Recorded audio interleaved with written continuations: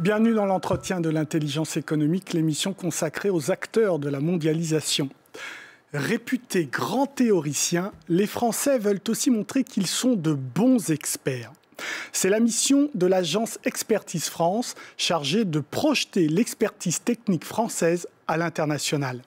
Une mission qui rapporte sur deux tableaux, la solidarité et le business. Pour en parler, je reçois Sébastien Monneron-Dupin, directeur général de l'agence Expertise France. Bonjour.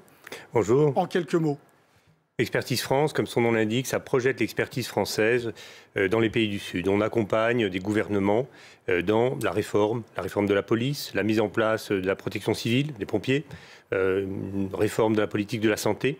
Eh bien, Expertise France apporte des solutions, accompagne, forme. Forcément des gouvernements ? Des gouvernements, des administrations, des collectivités territoriales, voire des entités publiques. Alors, on va voir en quelques chiffres. On va présenter un petit peu Expertise France. D'abord, vous faites en gros, d'après votre dernier rapport, 115 millions de volume d'euros d'activité, c'est important, et essentiellement du côté de l'Afrique subsaharienne, 66%, et l'Afrique du Nord. Oui, d'abord dans ces continents-là, parce que notre première mission, comme vous l'avez souligné, c'est une mission de solidarité. Améliorer la gouvernance des pays du Sud, améliorer la qualité des politiques publiques destinées aux citoyens des pays du Sud. Pour cette raison-là, et à la fois parce que le continent africain, globalement, Maghreb et Afrique, sont des continents d'avenir dans lesquels nous essayons de diffuser les normes françaises, le savoir-faire français. Mais pour autant, vous ne vous désintéressez pas des autres parties du monde ? 30% de notre activité est en Asie, en Amérique latine et également en Europe, dans les Balkans, voire en Grèce. On accompagne le gouvernement grec dans la réforme de l'État et la réforme des finances publiques. Alors, deuxième information, présentation, les secteurs où vous intervenez plus particulièrement, 36% en ce qui concerne la stabilité, sûreté, sécurité et 27% sur la santé. Pourquoi ces choix ? Alors, on n'est pas seulement présent dans ces secteurs-là, c'est des secteurs importants, en particulier la sécurité. On connaît la situation, à la fois dans le Sahel, autour de la Syrie, sont des secteurs dans lesquels on intervient aujourd'hui de façon massive et avec une croissance importante. Mais on est présent aussi dans le développement durable. On a aidé les gouvernements à établir leur engagement au vu de la COP21. Oui. On va poursuivre le travail maintenant sur la mise en place de leur engagement, et c'est une autre paire de manches. On est présent dans le domaine du développement urbain, au Moyen-Orient, par exemple au Bahreïn, où nous participons à la réforme du ministère de l'Urbanisme et à la planification urbaine d'une partie de l'île du Bahreïn, avec des entreprises françaises, Aegis, AREP et CETEP. Développement durable, agriculture également, nous sommes présents au Liban, sur la filière fruits à noyaux et bois, de façon à professionnaliser cette filière à l'export. Nous sommes présents dans le domaine de la santé, vous l'avez dit, c'est une grosse partie. Nous accompagnons les pays africains dans la mise en place et le renforcement de leur système de santé. On a été très présents lors de la crise d'Ebola, par exemple en Guinée, plus de 20 millions de projets, à la fois la mise en place de laboratoires, mais surtout le renforcement de l'ensemble du système de santé pour que ça ne réapparaisse pas. Et on a même formé des forces de réaction rapide, qui aujourd'hui sont en place et ont permis de juguler la résurgence de l'épidémie il y a quelques mois. Alors, pour les financements, parce qu'évidemment vous avez besoin de financement pour travailler, vos financements viennent essentiellement de l'Union européenne, 31%, de l'ONU, 24%, du ministère des Affaires étrangères en France et de l'AFD, l'Agence française de développement.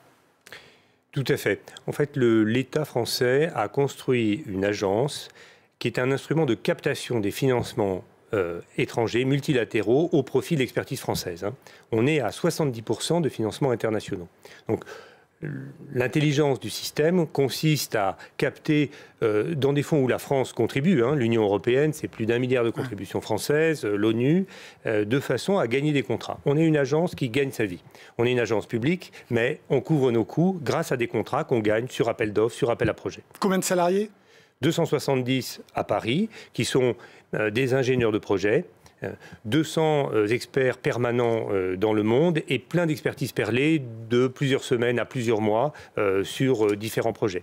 La restauration des finances publiques en RCA, on a dépêché en particulier des spécialistes de la fiscalité, des spécialistes des douanes. Voilà.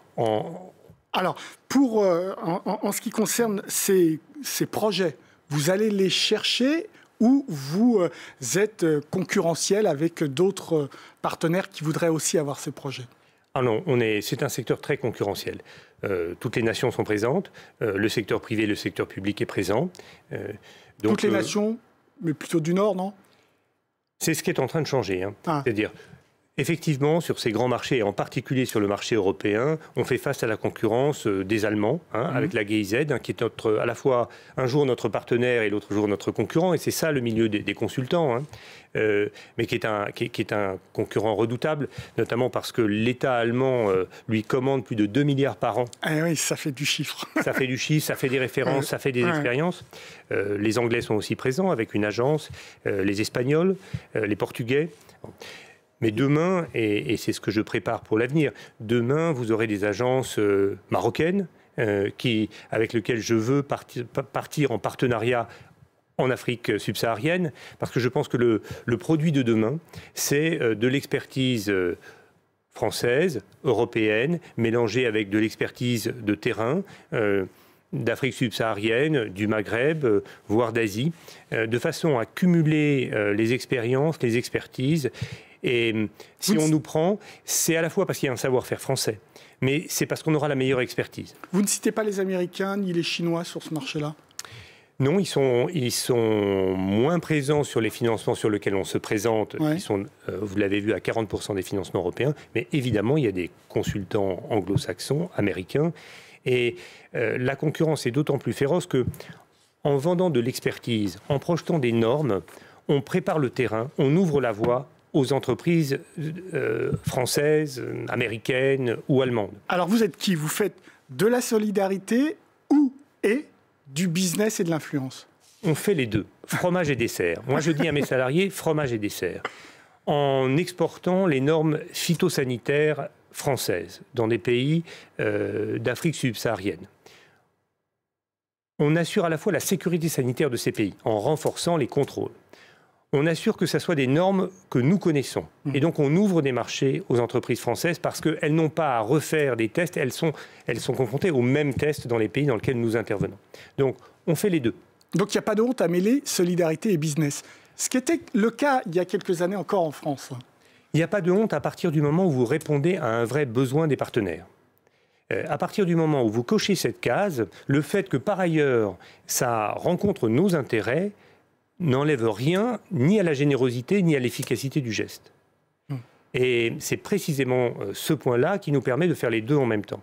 Quand, par exemple, on projette notre expertise sur les partenariats publics-privés pour financer des infrastructures, ce type de dispositif que la France connaît depuis plus de 200 ans, qui nous a permis de financer des autoroutes, nous a permis de financer des transports urbains, ce type de mode de financement est essentiel pour l'Afrique de demain. Aujourd'hui, un des goulots d'étranglement de la croissance africaine, qui est très forte, c'est les infrastructures. En exportant notre savoir-faire sur la modélisation de ce type d'infrastructures, on permet aux pays africains de financer leur infrastructure. Alors pourquoi choisir la France plus que les normes allemandes, par exemple? Parce que dans ce domaine, la France a 200 ans d'expérience. Et ce faisant, on connaît tous les types de situations. On sait accompagner non seulement l'évolution des législations, mais aussi les cellules qui mettent en œuvre ces projets d'infrastructure. Et ce faisant, pour rejoindre votre question, on fait à la fois de la solidarité, mais aussi de l'influence économique. Parce que ce type de loi, ce type de modèle, les grands champions français, les Bouygues, les Vinci et autres, savent modéliser, savent répondre à des appels d'offres de façon presque innée sur ce type de projet. Et elles savent travailler avec vous? Elles savent travailler avec nous. Nous, on est un fournisseur de solutions. Par exemple, j'avais pris l'exemple du Bahreïn qui demandait de l'expertise française en matière d'urbanisme. Je vais prendre un autre exemple, l'ONU. L'ONU, pour les opérations de maintien de la paix, avait besoin d'opérateurs capables de construire des camps, capables de construire des héliports, capables d'assurer la logistique de ces forces de maintien de la paix au Mali. L'ONU s'est adressée à la France s'est adressée à Expertise France, et on a créé un consortium avec Thales, Sodexo, Razelbeck, pour répondre à ce besoin très précis qui contribue à la stabilisation du Nord Mali. Et nous sommes présents depuis plusieurs années au Mali. Nous avons construit pour 80 millions d'infrastructures qui contribuent, je pense, à la stabilisation du pays, en même temps que des projets de développement économique que nous faisons par ailleurs avec la Banque mondiale et avec la Commission européenne. Tout à l'heure, vous avez souligné le fait que votre homologue allemand était vraiment soutenu par l'État. Vous parliez d'un chiffre de 2 milliards d'euros. Est-ce que vous sentez que derrière, l'État est avec vous ou est-ce qu'il y a encore un petit effort à faire ? L'état des finances publiques françaises n'est pas identique à celle de l'Allemagne.